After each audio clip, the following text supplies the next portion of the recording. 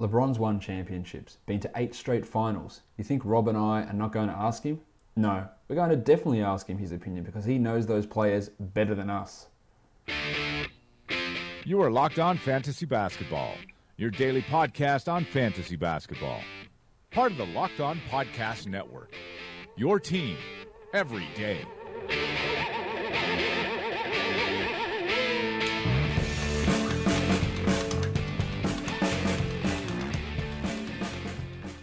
Hello and welcome to the Locked On Fantasy Basketball podcast brought to you by Basketball Monster.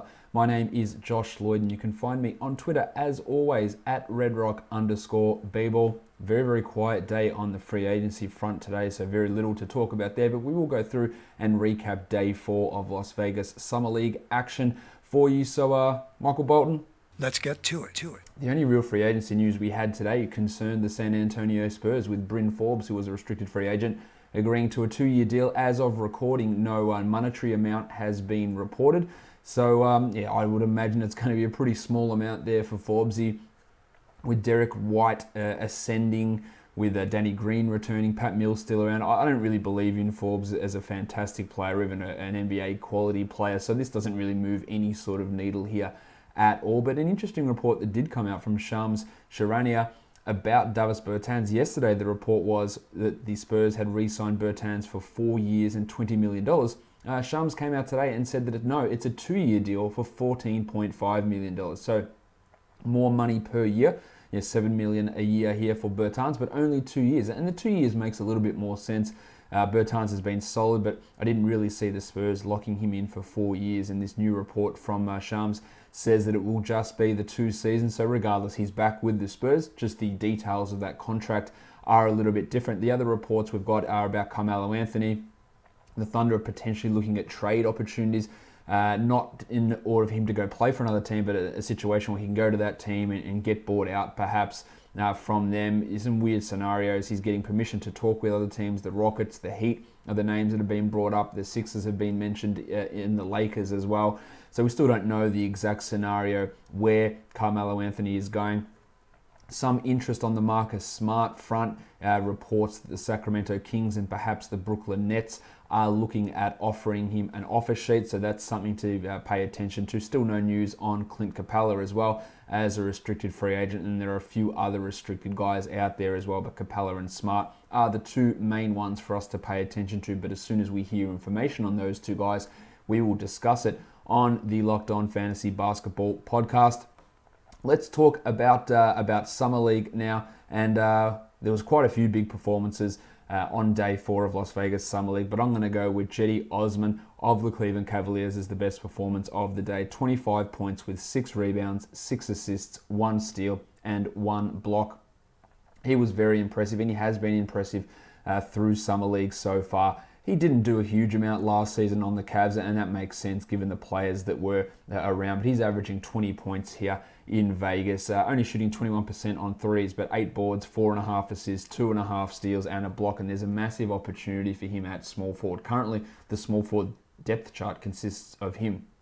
Now you can put Kyle Korver there as a small forward as well. There's J.R. Smith, there's Jordy Clarkson, Rocket Rodney Hood if he comes back, but there's no one really there who is a standout option, and Osman should be in for a significantly larger role than what he saw last season for the Cavs, where he played just 11 minutes per game, did start 12 games, only averaged 4 points, had some weird shooting splits, 59% from 2, 57% from the free throw line. That's weird. 37% from 3.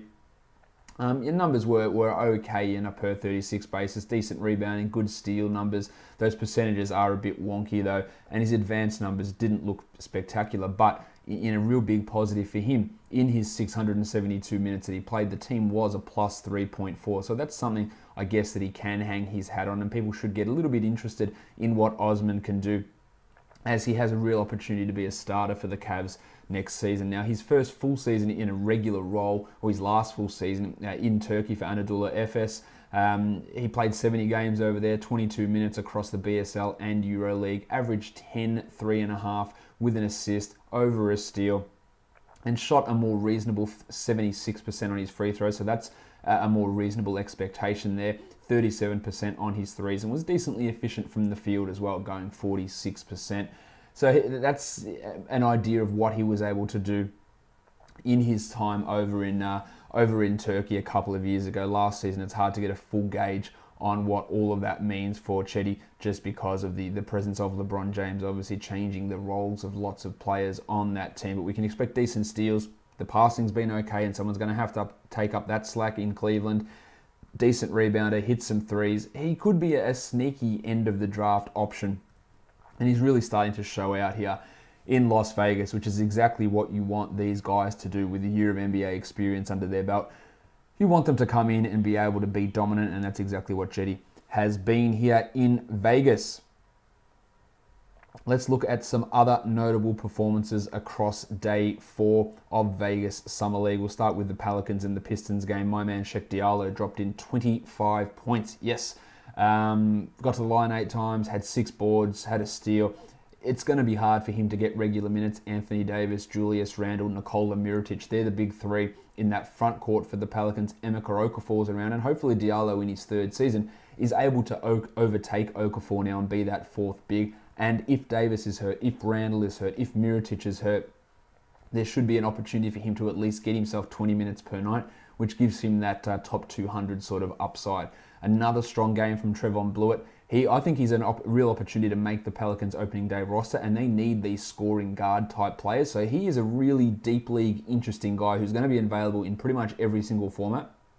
So Trevon Blewett's someone to watch, as is Walt Lemon Jr., who played for the Pelicans a little bit last season, had 14 points with 7 assists and 3 steals here, and he has played very well in Vegas. So just a couple of names who, for you, the real deeper league guys of you who are out there, just names to keep an eye on. Tony Carr is struggling a little bit, and I don't really love him as a player. On the Pistons side of things, Henry Allenson continues to chuck. He had 13 points, 10 rebounds, but surprisingly 7 assists and 2 steals. Still cannot hit anything in terms of his threes, 1 of 5 from 3, but he clearly has the green light. Brucey Brown and Kyrie Thomas, their 2 second-round picks, both scored 12 points in this game. Nothing spectacular from either of them, but I think they've got at least one of them has a chance to be a rotation guy. And I think they're interesting, deeper league, long-term players for dynasty-type formats. I don't mind either of those guys. I think there's a little bit there with both of them. The Raptors and the Thunder, my man, the Jedi. Hello there. OG Anunoby, 19 points, 6 rebounds, 2 blocks, and that is 4 blocks through 3 Summer League games from the Jedi. And we know that that is the key for him to become a top 100 player. I love him in dynasty leagues. He's really starting to show something here. He showed he can stay on the court as an elite level defender, and the offensive stuff will come. Malachi Richardson's also put together 2 back-to-back strong games here, 17 points with 3 rebounds and a steal. He's unlikely to be a contributor though for this team. And shout out to a guy by the name of Giddy Potts. It's just an excellent name. He had 15 points off the bench in 15 minutes, and I just love the fact that his name is Giddy. On the Thunder, Rashawn Thomas, a guy that has put up some numbers in Vegas before and for this Thunder team before, and in preseason I believe he's played for them too. Another big game, 17 and 12 with a steal. He's not going to make an impact on this roster, of course, but he's a name to watch just in case he does get signed for a 10 days somewhere. Kevin Hervey had his best performance, 12 points, while PJ Dozier 17, 6, and 3, and he was around this team as a two-way guy last year. Terry Ferguson continues to just be terrible. 8 points, 3 rebounds, and an assist. And you can say that Summer League means nothing. I don't believe that Summer League means nothing. I think that we shouldn't overreact to one poor performance or some excellent performances, but it does mean something, especially as a second-year guy. Ferguson is struggling. He didn't play at all in Orlando last season because of contractual issues with FIBA. But he should be doing way more than this. For a guy that started on the Thunder team for games last season and had a breakout performance against the Lakers, didn't do much else apart from that, he needs to be doing more than what he's doing. He just can't hit his shots. He's passive. He's not doing anywhere near enough. And it's a little bit worrying for his overall development. MC Hamidou Diallo, was solid here. 6 points with 2 rebounds. He's had 1 strong game, 2 subpar games. Again, Kentucky benefit of the doubt does go to MC Hamidou. But we're talking really deep league guys. But Abrines, Ferguson, Robertson, these are the guys in his position. It's hardly a massive group of names who are significantly strong. So if MC Hamidou is able to step up in a couple of years, there is an opportunity there for him. He'll just be someone for us to watch develop over the coming seasons. Let's have a look now at the next bunch of games. Let's look at the Indiana Pacers. They took on the Cleveland Cavaliers. Aaron Holiday, 12 points, but more impressively to me here, the shot wasn't falling, and that's what I thought he could do. I thought he could come in and hit shots. He was 1 of 7 from 3, but he added 5 rebounds, he added 8 assists, he added 3 steals, he had a block. That's Drew Holiday type of numbers, really filling the box score. The 1 of 7 from 3 is Justin Holiday type of numbers, but it's interesting. He's been much more impressive than I thought he would be. I still don't think he's going to be a real impact guy this season, but my long-term view on him, it's improved. I'm not making massive changes to my evaluations of these guys based on the 2-3 summer league games, but he's been more impressive than I anticipated. So shout out to Aaron Holiday, and he could be a rotation guy this year. I'm not quite sold on that though. TJ Leaf had a good game because he'd been struggling, so that's good to see. 20 and 9 with 2 blocks for Tej.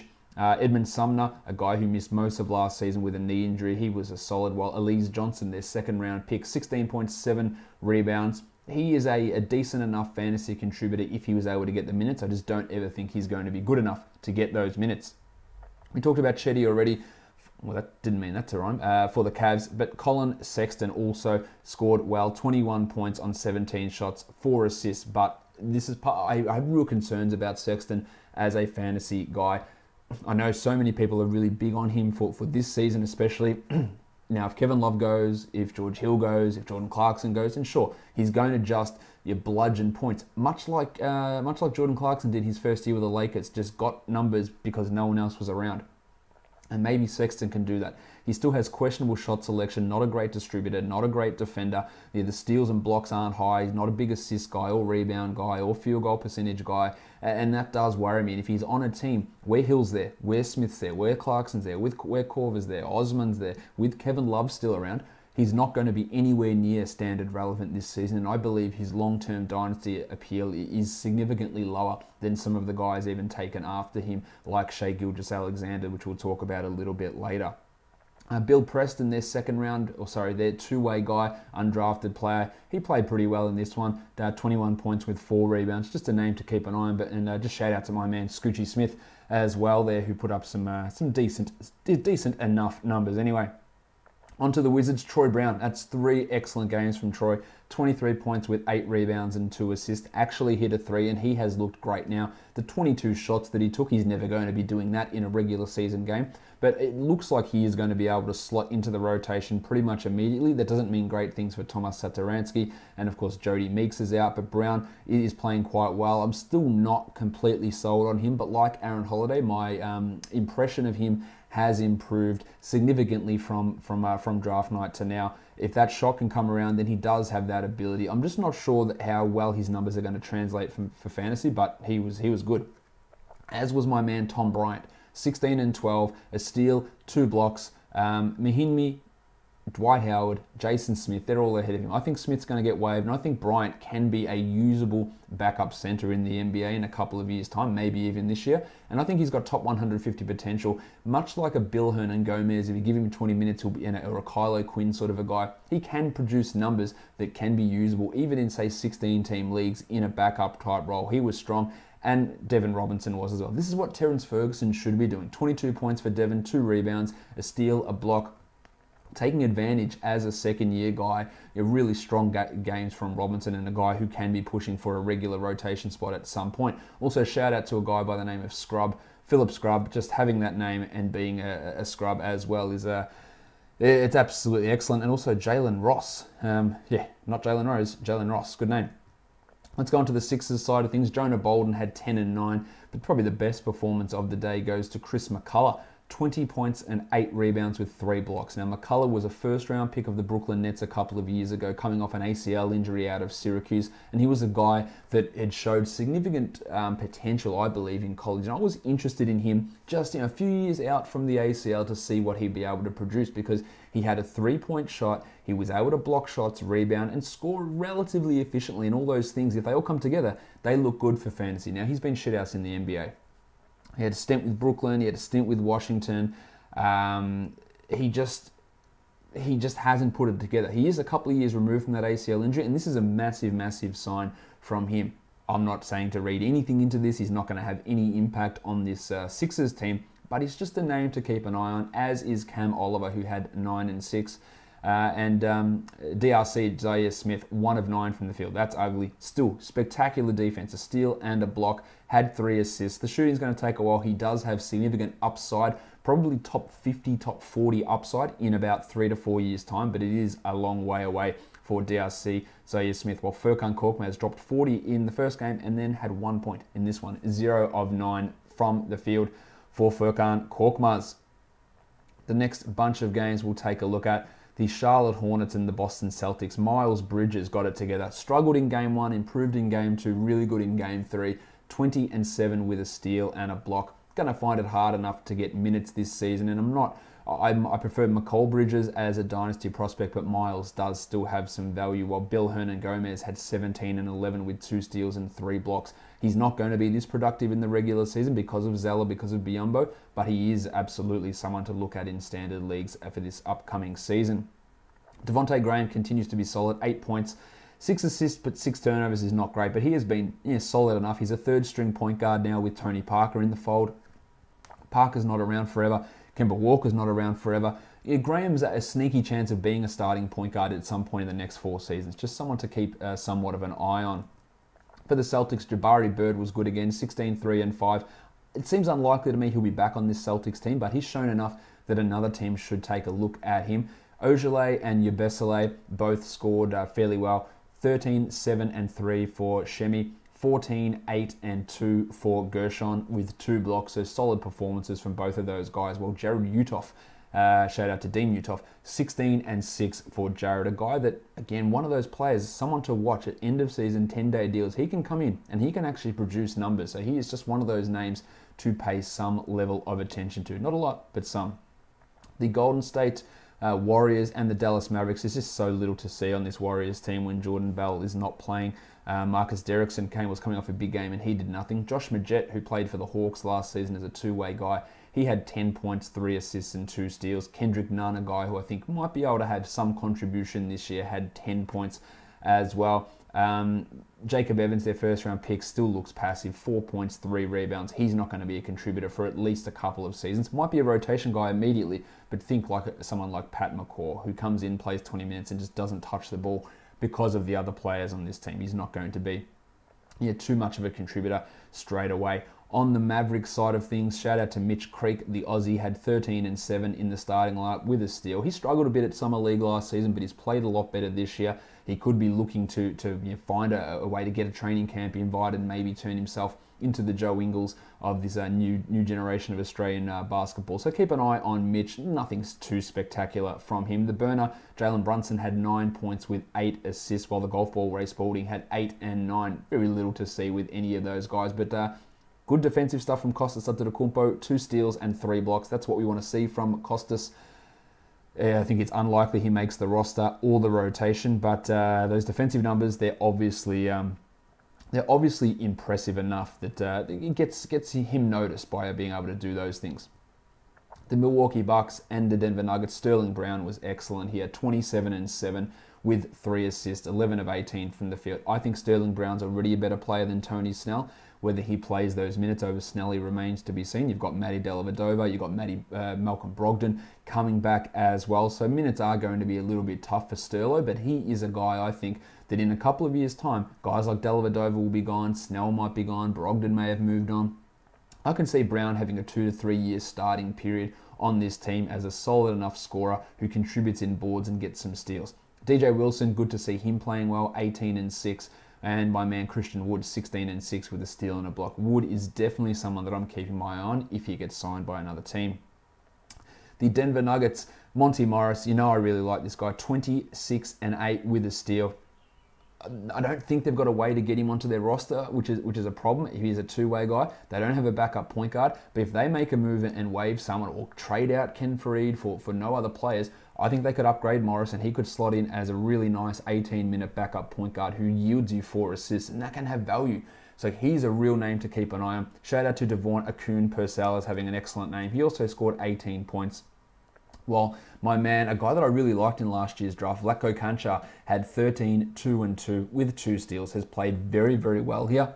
He won't be over this season onto the roster, but he is someone to watch out for as a guy that can maybe be a 20-minute small forward wing guy for this team in coming years. So he is someone to pay attention to. I've liked what I've seen from Vlatko Cancar so far here in Vegas. The next game we take a look at the Orlando Magic and the Phoenix Suns. 1, 2, 3, 4, 5. Mo Bamba only had 4 points in 23 minutes, but had 2 steals and 5 blocks in that time with 5 rebounds. He's still a real work in progress, still not a sure thing, and is not going to play tons of minutes, but he'll be the immediate backup center on this team. Yes, Ken Birch is still around, but Bamba should be playing 18 minutes a night and could very easily be like a Jakob Poeltl was last season, come in and block 1.6, 1.7 shots in limited minutes and have value there. Melvin Frazier had 3 steals. His contributions are going to be defensive only, while John Isaac, 10.6 boards, 1 steal, 2 blocks. I think he's going to be the best player in this team. I've said that consistently. I think they're going to play him at the 3 this year, so that's bad news for Terry Ross and John Simmons. He's not going to play exclusively at the 3. I'm not sure how it's all going to work, and he's going to be the primary backup 4. I think we'll get 20 to 24 minutes out of John Isaac. That's probably not going to be enough for standard leagues, but if you really need defensive stats, he's going to bring them. Wes Iwundu was pretty okay here as well, and that's damning with faint praise. 8 and 8, 2 steals, 1 block. It just wasn't a great performance from the Magic. They scored only 53 points. But Iwundu and Isaac put up some okay names. My man Troy Copan only had 6 points with 2 assists. But again, just a name to really watch out for. On the Suns, DeAndre Ayton had 17 and 13 with a block. He is doing what he needs to do here at Summer League. I'm still not sold on him. I still wouldn't have taken him as the number 1 pick. He will be a standard league guy this season. He will have his struggles. He hasn't had any big block games or really shown much defensively to make me think everything was wrong about the scouting reports on his defense. But he's doing enough, and he's going to be, I don't know, athletic Nikola Pekovic maybe. Think of a guy like that who scored well, efficiently, got rebounds, but didn't do much in those defensive stats and didn't get anything in terms of assists. And I can see Ayton being that guy. But to me, that really limits his upside as never being a top 30, top 40 sort of guy. Maybe top 50 is where he goes. Good to see Dragan Bender have a better game, 11 and 8. He's going to be still around on this team. I haven't given up. He is only 20, but he has struggled. Shaq Harrison did brilliantly, 10.6 assists and 11 points. And those defensive numbers continue to be great. While Josh Jackson continues to be shit house. 9 points, 1 rebound, 1 assist, and 3 steals. I remember at the end of last season I said something that I didn't really believe in Jackson as a star level player, and someone on the Suns subreddit found it and put it up there, and then I just got consistent personal attacks. What do you know? What does a bloody Aussie know? Just shit like that. I don't think Josh Jackson's going to be that good. I had him below Isaac, below Dennis Smith in last year's draft. I don't know. He had a nice run at the end of last season when everybody was injured and he was just getting tons of usage, but there's a chance that McCall Bridges is already better than him. Now, that sounds stupid saying that when Bridges went for 0 points in 17 minutes, but he also had 2 steals and a block and 4 rebounds in that time also. Jackson just looks lost at the moment. Maybe he can get it fixed.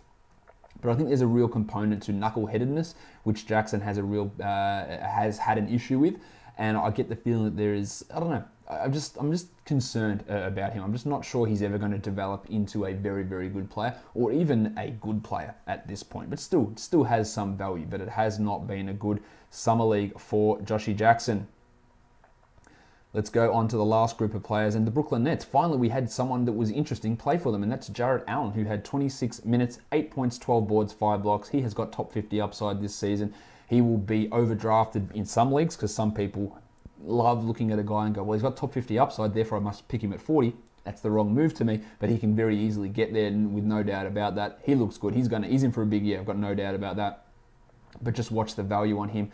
While Sean Dawson had his second strong game, 14 points with 3 assists and a steal. More just a name to pay attention to. Also, shout out to Yuta Watanabe for having a great name. He also scored 14 points in 26 minutes.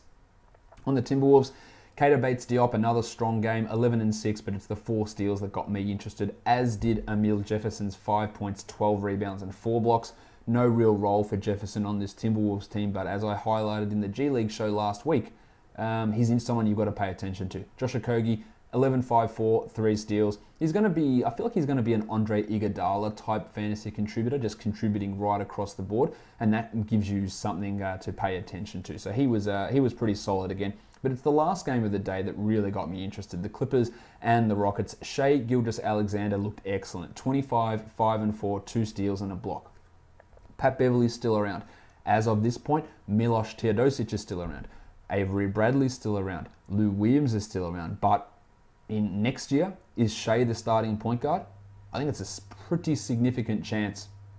And I think Shai, while he's far from a guarantee, I think he's got top 50 fantasy upside. I think he's like a DeJounte Murray, but better offensively. I think he's got that ability.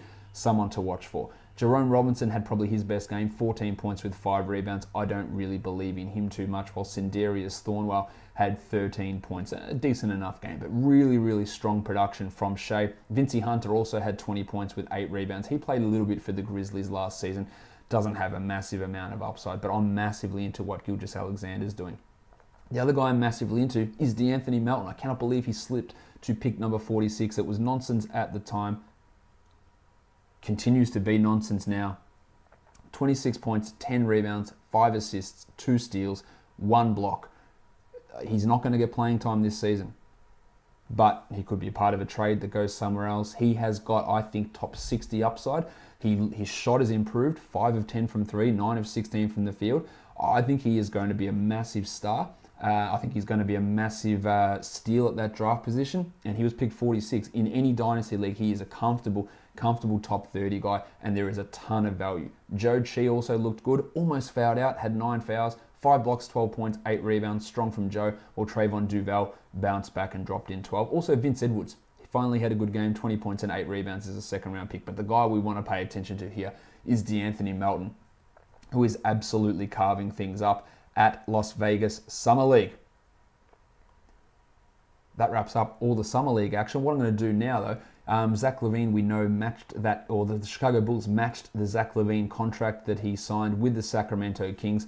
So we have got a clip of the guys at Locked On Bulls, Jordan and Matt, discussing the LaVine signing. So I'll leave you with that. If you want to hear more about LaVine and the Bulls and anything Bulls related, make sure you are checking out Locked On Bulls, and I'll be back after I play this clip. What's up, Locked On NBA fans? This is Jordan Malley and Matt Peck with you here from Locked On Bulls. Just touching on the breaking news of Zach LaVine's re-signing with the Bulls after the Sacramento Kings offered him an offer sheet of 4 years, $78 million. This coming over the weekend on Friday nights. The Bulls were quick to match Zach LaVine. This has been a conversation that Matt and I have had multiple times, and it's almost a daily occurrence over the last 2 months over at Locked On Bulls. And so we just wanted to give you guys our quick reaction of what we think of it and maybe what Bulls fans are reacting to it too. So overall, Matt, this was kind of expected. Obviously, the money was a little bit more than we both initially thought, but what did you overall think of this deal and what it does for the Bulls going forward? Yeah, what's up, Locked On NBA Nation? Jordan, I think leading up to this, I was trying to be optimistic that the Bulls and LaVine could come to a team-friendly deal, because looking at the market this summer across the league, I didn't see that many teams that had, of the small amount of them, that had the money to offer LaVine close to a max deal, or even something as significant as $20 million per over several seasons. I just didn't see him getting those offers from anywhere.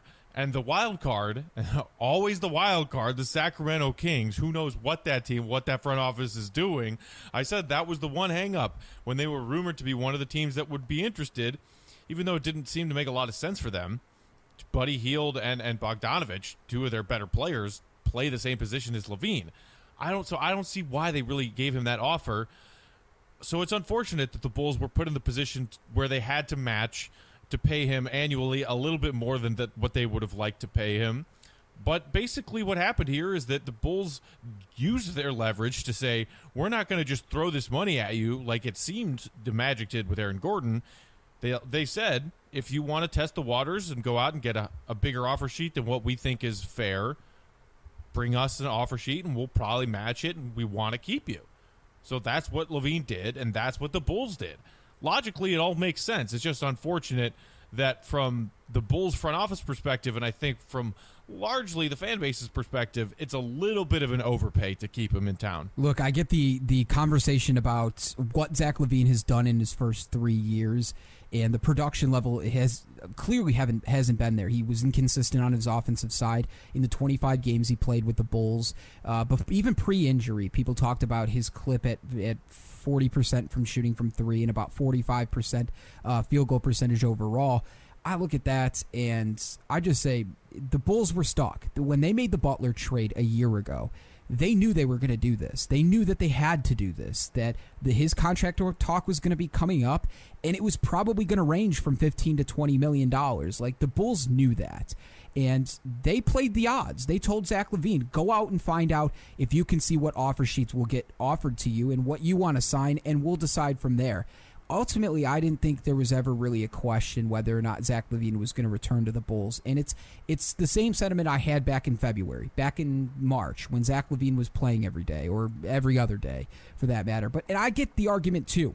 Zach LaVine ranked 471st out of 521 NBA players last season with a negative 3.30 RPM, a negative 1.16 offensive RPM, and a negative 2.14 in defense. So I get that. I get he was one of the least efficient NBA players over the first 3 years of his career. I get that he's one of the worst defenders as far as defensive box plus minus goes. I get all of that. But you're also paying for potential here, and the market was weird this year. So I think ultimately I'm fine with the $19.5 million, and I think it's all going to come down to effort as far as on Zach LaVine's side of the contract. Yeah, you hope he improves, and you hope that the small sample size of him in a Bulls uniform last season turns out to be irrelevant when looking at this contract and looking at the player that he becomes over the course of this contract. Hopefully it's a player that the Bulls do want to keep around, and hopefully by the time that he is 26 or 27, winding down the back end of this contract, we're looking back and saying, wow, that contract actually turned out to be a steal. I'm not convinced that that's going to happen, but putting yourself in the Bulls front office's shoes, they really didn't have much of a choice here. They had to match it. It made sense to match it. And now, as you said, you hope that this potential contract turns into a good contract. One last thing, too, to touch on as far as why we feel like this LaVine deal isn't as bad as maybe some fans are reacting, and even nationally as the NBA goes. People were laughing at this deal, saying, of course, the Bulls overpaid. I look at this from this perspective. Yeah, the Bulls have a ton of cap space next season and in 2020. And the Bulls, over the last 18 months, have been telling us over and over and over again, 2019, 2020, we want to be flexible with the cap. Great. My point was, what free agents and what history has told us with the Bulls of recently, over the last decade, what top free agents have come to Chicago? None. The Bulls have missed out on all top free agents coming here. 2010 with LeBron and D. Wade and Chris Bosh, and you ended up getting Boozer. 2014 when they wanted Melo, he decided to go back to New York. Like, you talk about all these deals and all these free agents, it's great to have the cap space, but you also have to have the players to recruit, and you have to have the timeline and the history of saying, yeah, I have some trust in the Bulls being able to go out and sign one free agent, one top superstar free agent, two superstar free agents. So I look at that, and it's like, I don't have that much trust in the Bulls front office to draw. It's a big-time free agent, a franchise-changing player. So I'd rather take the risk, and sure, $19.5 million a year for the next 4 years might seem like a lot right now, but I'd rather risk it on a 23-year-old that has, before pre-injury, had potential superstar ability. So we'll see what happens with that. But I think that's a point that shouldn't be overblown as far as what Bulls fans feel like and what has happened as far as history goes and tells us over the last decade in free agency. Yeah, well, you're also asking a fan base that has a tendency to overblow things to not overblow this thing. So in due time, hopefully we can look at this contract as not the huge mistake that a significant portion of the fan base thinks it is. For more information on the Bulls, and if you want to stay up to date with our reaction and maybe Bulls fans' reaction, head over to Locked On Bulls. You can subscribe on iTunes, Android, Stitcher, Google Play, Spotify, anywhere you find podcasts. Follow us on Twitter at Locked On Bulls, at Jordan C. Malley, and at Bulls_Peck. Once again, Jordan Malley, Matt Peck here from Locked On Bulls. All right, so that's the guys' thoughts on the Zach LaVine signing. You know my thoughts on the Bulls matching that deal. I think he does have a chance of potentially being a top 50 fantasy guy this season. especially if you are punting the field goal percentage category. He can score, and he might get to a 20-point per game scorer.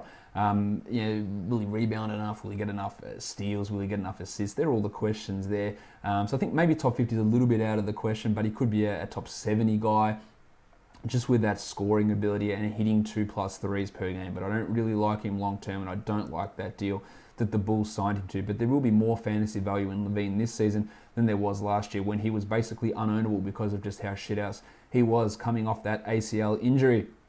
Don't forget, guys, go and check out this podcast. Well, actually, you're already checking it out, but go and subscribe if you don't already. Do that on Apple Podcasts, Google Play, TuneIn, Stitcher, Spotify, or if you're watching on YouTube, smash that red box under this show here. Hit subscribe, give it a thumbs up, leave a comment as well, and don't forget, get your application in for the Red Rock Challenge Leagues. These are the Red Rock Listener Leagues, the redraft format, roto, head-to-head, and points leagues. You can see a link in the podcast description here. You can also find it on lockedonfantasybasketball.com. There's a link in the show description over there as well. Go fill in your details, whether you want paid or free leagues, roto, head-to-head, points, you want all three of them. And in the next couple of weeks, invites will be going out for those. Patreon subscribers have already got invites for the head-to-head leagues and the roto leagues, and there will be some points invites coming out in the next couple of days as well. Follow me on Twitter and on Instagram at redrock_bball. And guys, we are done here. Thank you so much for listening, everyone. See ya.